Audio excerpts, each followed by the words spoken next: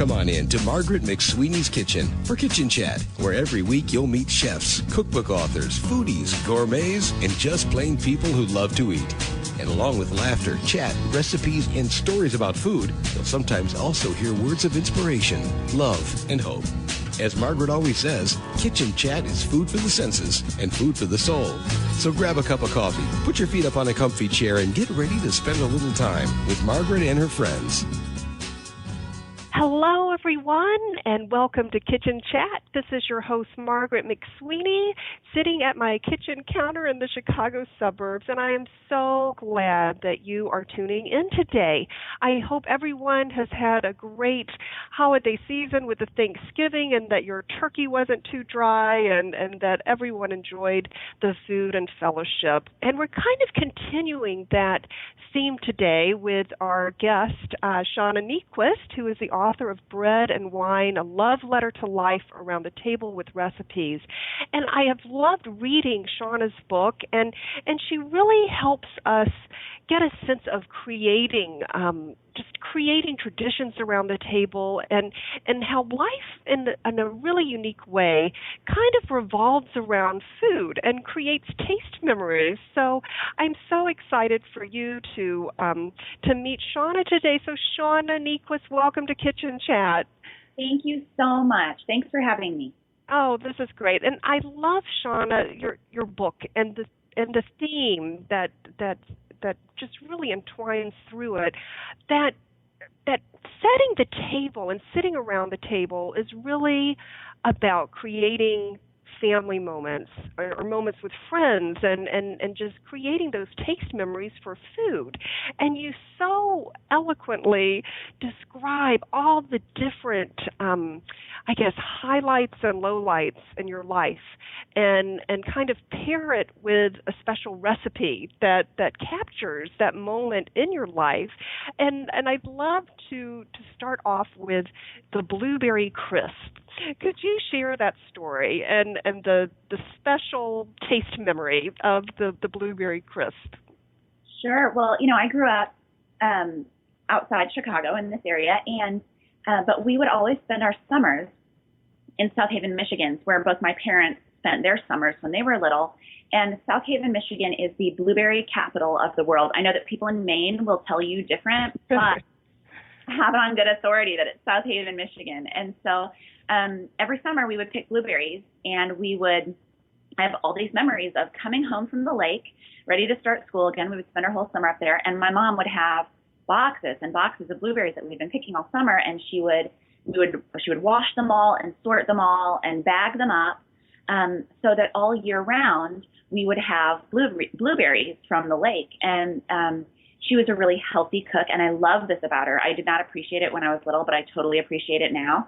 And we are not a family that has a ton of family traditions, especially not a ton of family traditions around food. But this was one. On Sunday nights, we would have a special occasion where we would get to do our homework in front of the TV because we would watch the Bears game together. And my mom, instead of making dinner, we would have blueberry crisp with ice cream. And it was the same blueberry crisp and these blueberries that she had frozen so that we could eat them all year long. And so when I think about the food, the taste or the flavors that bring me right back to my childhood and to the home that I grew up in, it's this blueberry crisp that we would have every Sunday night. That is there any special preparations for this blueberry crisp that you can share with the listeners to really help it become a taste memory for them as well? Well, what I tried to do with this kind of updated recipe was two things. I read this little book that we keep up at my parents' cottage, and it had a recipe for fruit crisp or fruit crumble, and it said the way to do it is to, when you're freezing the fruit, pre-measure it according to the pan that you want to use, and then make up crisp topping and pre-measure that as well, and just stick them both in the freezer. And so then, let's say you have guests coming over in 30 minutes and you didn't plan on anybody, you've got everything you need, the two components for this crisp already frozen and measured out. And so that's what we do. I measure out, I know which pans I want to use for the crisp, and I pre-measure it and label it on my Ziploc bag, and I do the same thing with the crisp topping. So then, for a couple months out, I have everything I need for last minute crisp. And the great thing about this particular recipe that's in Bread and Wine is my husband eats gluten-free. And so a lot of times there are recipes like a crisp or a crumble where, a cake, basically all flour. So to make a great gluten-free cake is pretty tricky. But a fruit crisp is only like half a cup of flour anyway. So why don't we just switch that out? So it's a gluten-free, dairy-free, vegan, sugar-free crisp. It's just nuts, almond meal, oats, maple syrup, and a little bit of salt, plus the fruit. And then there's no sugar mixed in with the fruit. So it's this kind of very clean, very light recipe. So we make it for breakfast and for dinner, and we just feel great about it. I mean, it's healthier than cereal for my boys. So it's one of those that we just kind of keep in our back pocket all the time. We serve it to guests. We serve it, again, just for the kids. It's kind of a go-to in our house. And that's great. And I love that you can pre-measure and freeze it and have it ready ahead of time. That is great to know. And thanks for those inside tips. And so many people these days, within their homes or themselves, have, I guess we could call it, dietary restrictions with some with a gluten-free eating, and I have both of my daughters are vegetarians and have food allergies, so it really is kind of challenging in altering recipes. But I love what you do in your basic vinaigrette, and in that lovely chapter called Start Where You Are, but how you really like to substitute, you use a virgin olive oil for a lot, but also how you integrate pink grapefruit juice into a basic vinaigrette. Could you share that with your readers, and also a little bit about that chapter of Start Where You Are? I love that phrase. I think we're in a funny place culturally where so many people are so excited about food, which is wonderful. We have all these, specialty food shops and farmers markets and all these cooking shows and, lots of new kitchen stores. I love that. That's totally up my alley. But at the same time, I think sometimes that inadvertently communicates to people that if you're going to make a meal, you need like one of everything from Williams-Sonoma. You need a culinary degree. You need a restaurant grade kitchen that it's such a specialized skill that only some people can do it. And I found that that's really not the case. And specifically when I talk to mostly women who are like my grandma's age, they kind of, come up to me and whisper, they're like, hey, we used to all know how to do this. This is not crazy. And they're right. Women of my grandma's generation grew up cooking from scratch all the time and hosting people around their tables quite often. And I think, I love that now we live in a time when women can do so many different things, but I also, of all the different things I want to do that too. It's really important to me that our home is a place where people can get fed homemade food and that they can spend time around the table. So all that to say, it's not rocket science. It's just a matter of learning a couple skills along the way. And I remember having a friend, she was living in France at the time, and I went to visit her, and we were making lunch together, and I don't know maybe I was washing salad leaves or something, and I watched her just sort of out of the corner of my eye. I was like, wait a minute, what are you doing over there? And she was making a homemade salad dressing, and it was like it blew my mind. Like I had only ever seen salad dressing from the store in a bottle. And so I just watched her, and she had no recipe. It was totally nonchalant. She just smashed a garlic clove and streamed in some vinegar and added, it was very intuitive. It was very natural. It made sense to her. And so she taught me to make salad dressing. And then I realized, it's basically you need an acid, you need an oil, you need an emulsifier, and then you need to add a little bit of flavor. It's totally simple. So I just tend to use extra virgin olive oil because I always have it around. I like balsamic vinegar, but I use a bunch of different vinegars. I usually use a little bit of Dijon mustard just because I love that little bit of kind of that kick of flavor. But I have a couple salads where balsamic would feel a little bit heavy. And so one great substitute for vinegar is another kind of acid like citrus juice. So I'll use lime juice or lemon juice or pink grapefruit juice against that oil to bring out a little bit of a kind of a fresh citrus flavor. So I find that it's one of those things where as long as you have those very basic building blocks, you can do it just like a million different ways. And that is so neat. And to start where you are, because as the listeners know, I am a horrible home cook, and I know I'm midlife and kind of starting late in this journey.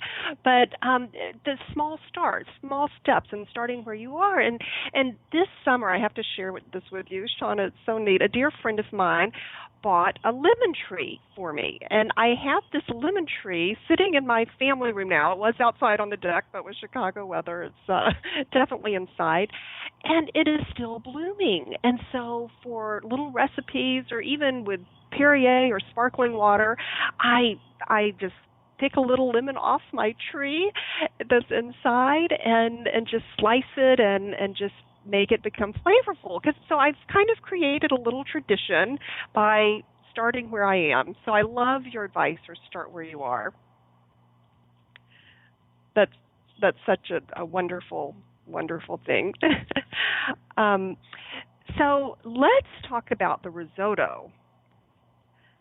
You know, I find that risotto is one of those things that people are scared of. They love it in restaurants, but I think there have been like a couple competitive cooking shows where chefs like yell at chefs about risotto or something. But I find it's like my favorite, homiest. It's like that perfect combination of really easy, but it feels fancy. People feel like you made something unusual for them. And it's another one of those things that's just completely versatile. You can make it a million different ways. You can make it according to different seasons. You can make it vegetarian or not. You can make it vegan or not. So it's one of those things that I think seems a little daunting when you look at the techniques, but then once you try it 3 or 4 times, you realize like, oh, I can do this, twice a month for the rest of my life. This is an easy one. Yes, and after reading your chapter on the go-to risotto, you've inspired me to actually try this in my kitchen. And I love the passage that you write in this go-to risotto chapter of your bread and wine book. It's learn little by little, meal by meal, to feed yourself and the people you love, because food is one of the ways we love each other, and the table is one of the most sacred places we gather. If you feel paralyzed in the kitchen because you don't know the rules or can't make a plan, or if you're making a mess, I hope you throw caution to the wind anyway and try a few new things. If you long to entertain but don't feel Martha Stewarty enough for all of that, I hope you dive in and give it a shot anyway, imperfect and nerve-wracking as it may be the first few times, and begin with risotto. That's great. I love that advice. And also, you really do feature some recipes from some great restaurants, and one very touching and poignant chapter, Shauna, which just grabbed my heart, was the hummingbird chapter.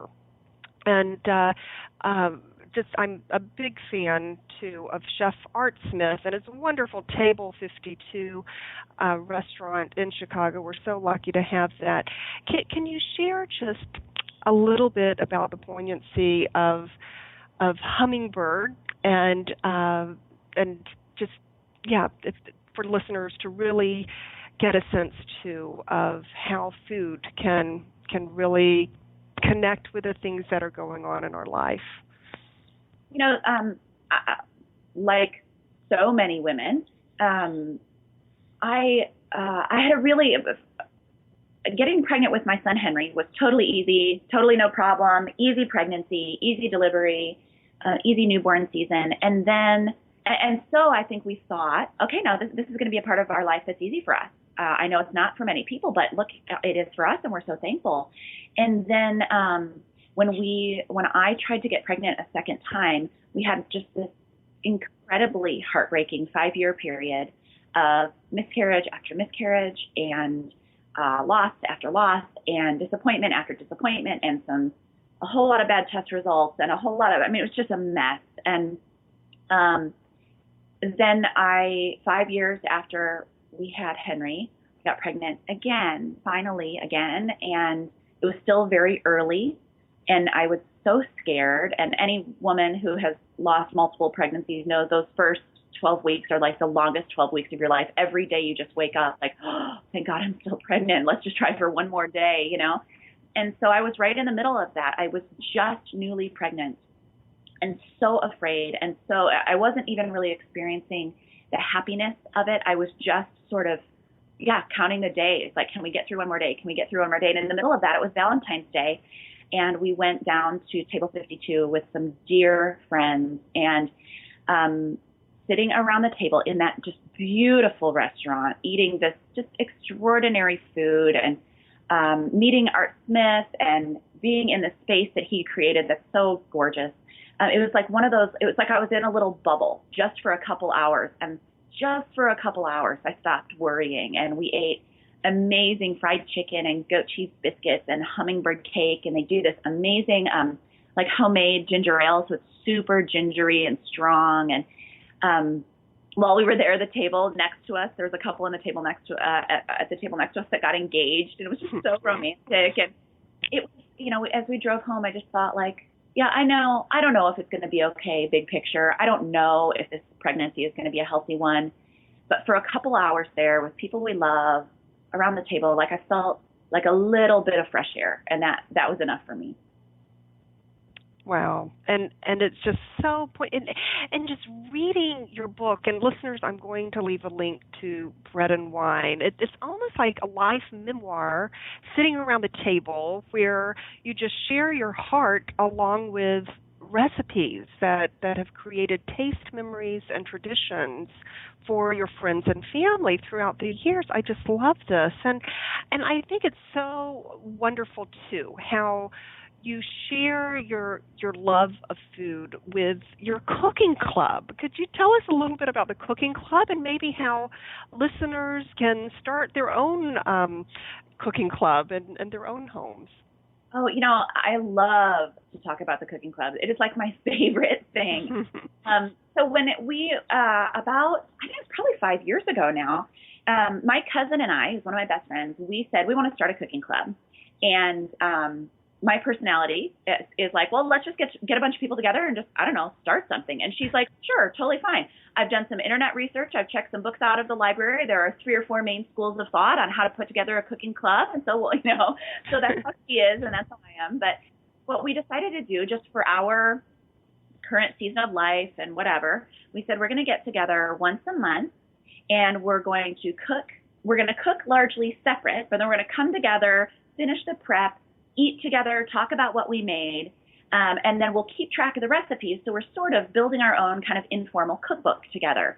And so the person who hosts it at their home chooses the theme and cooks the main course. Theoretically, that's how it works. It ends up being a little looser than that. But so, for example, we'll decide to do Italian food. And if it's at my house, then I'll decide I'm going to do like an Italian pot roast. And then Amanda will say, okay, I'm going to do a salad. 2 or 3 of the girls will say, okay, we'll do pastas. Another girl will say, I'll do a gelato. And so we put together a whole Italian meal, drinks, starters, sides, main, desserts, and we each bring a piece of it. And then we gather around the table and we talk about it. Like, okay, where did this recipe come from? Do you feel like it worked? What was tricky about it? Were there any hard to locate ingredients? Would you do it again? And it sort of becomes the conversation for the meal that we share. So we've done, you know, Greek food, Japanese food, Italian food, French food. We've done updated comfort food. We've done family recipes. We've done all kinds of things, and it has been so much fun. First, because it gets us kind of out of our comfort zones in the kitchen. It gets us kind of trying things that we wouldn't otherwise try. And more than that, I would say, it creates a reason for us to gather around the table. And what we've noticed is that over the years, it's become so much more about the relationships around the table than it is about the food. And frankly, there have been times when we've been like, hold on, I need us around the table. I can't cook tonight, or I can't cook this week, and somebody's going to have to pick up a pizza, but I need us around the table. So the cooking has sort of become secondary. The table has become really an important place for us, those relationships.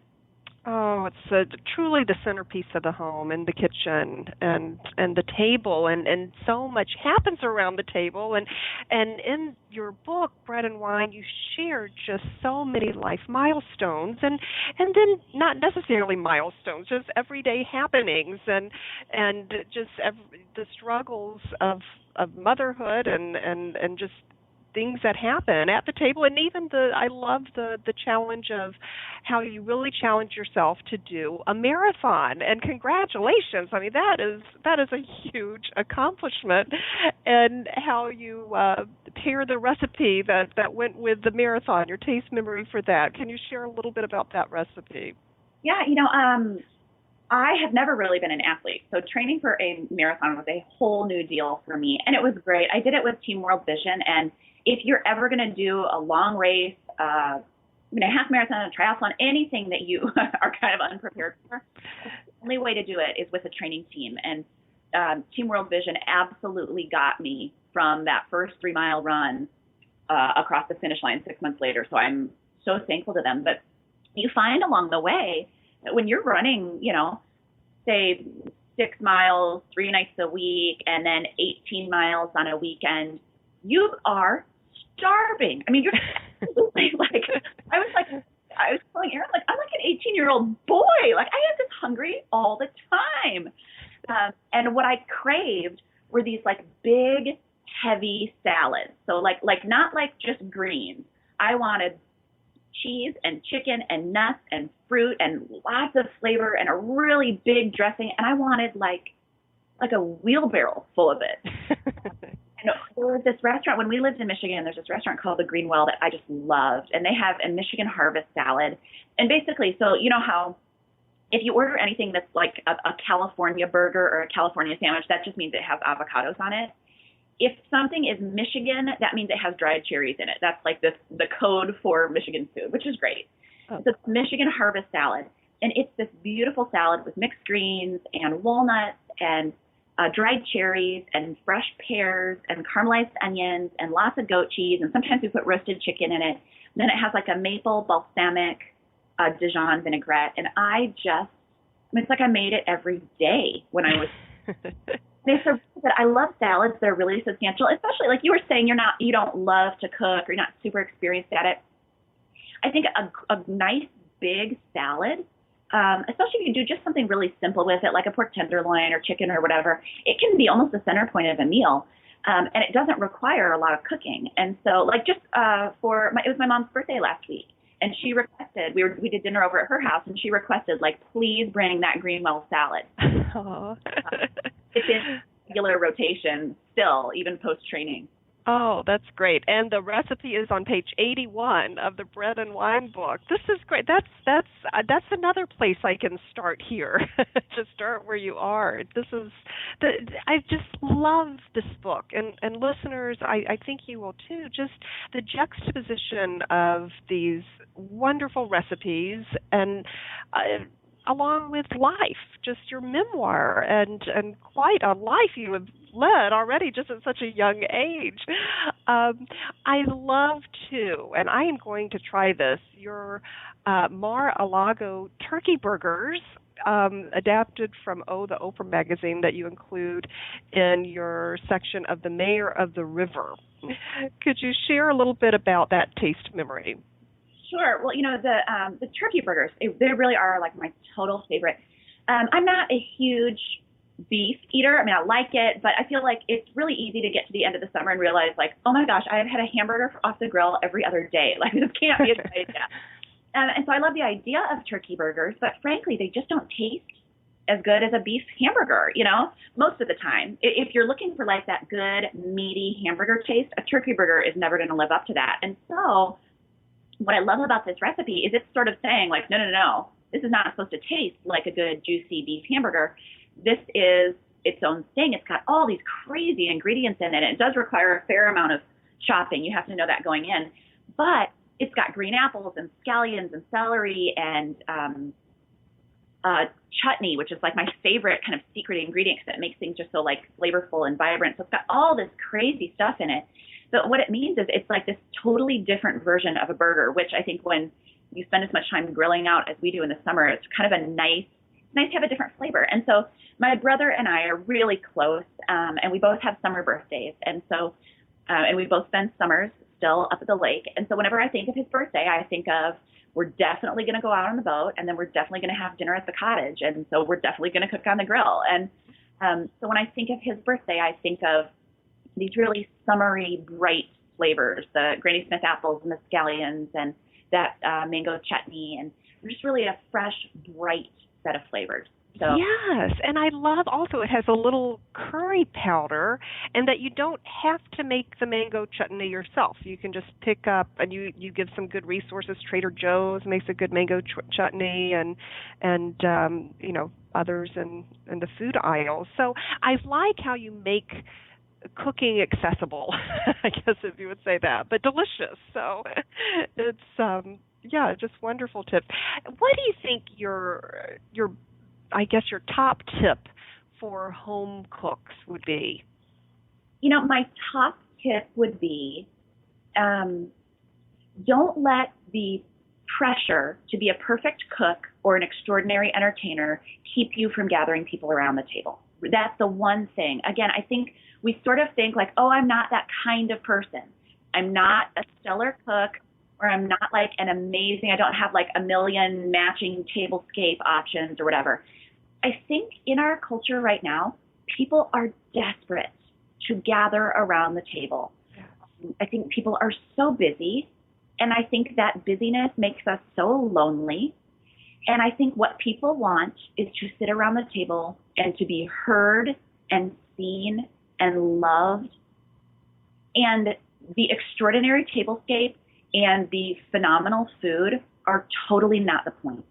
So I would say if you were to think through right now, like between now and Christmas Day or whenever, think through who are the people in my life that might need a little listening, that might need to be seen, that might need to be given a safe place to land. And when can I invite them to spend time around my table? And frankly, if it's takeout, that's good enough. If it's pizza, that's good enough. If it's grilled cheese sandwiches and soup from a can, that's good enough. What I would hate to have happen is people who say, oh, I so badly want to gather people around my table, but I don't have the time or the money or the skills in this season to do it like a superstar, so then I won't do it at all. Right. We have our small group gathers around our table every week, and we just love it. It's so fun, and it's people we really love, and we love being able to have both really fun, lighthearted conversations, but also really serious, meaningful conversations. And I realized, so this was 2 weeks ago, it was the week before Thanksgiving, and I thought, I know we'll all have Thanksgiving dinner with our families the next week, but it kind of feels like I want to do Thanksgiving with these people. They're people I walk with very closely. We know each other's kids. We pray for each other. We support each other. I want to do Thanksgiving with them. They're like my family. But I was in the middle of a bunch of work trips, and I had a bunch of writing deadlines, and I just knew like, oh, there is no way I can pull off a Thanksgiving meal. So I am not kidding you. Oh, we were leaving. So it's Thursday nights that we meet. We were leaving at 6 a.m. the next morning for a 5-day trip to California with our kids. Oh, wow. I'm doing the math, going like, okay, I can't end up with a sink full of dishes from 11 people, and we leave at 6 in the morning. And so I got an entire Thanksgiving dinner from Whole Foods and a pack of paper plates. And I said, like, I want to do Thanksgiving with you, and this is the only way I can do it.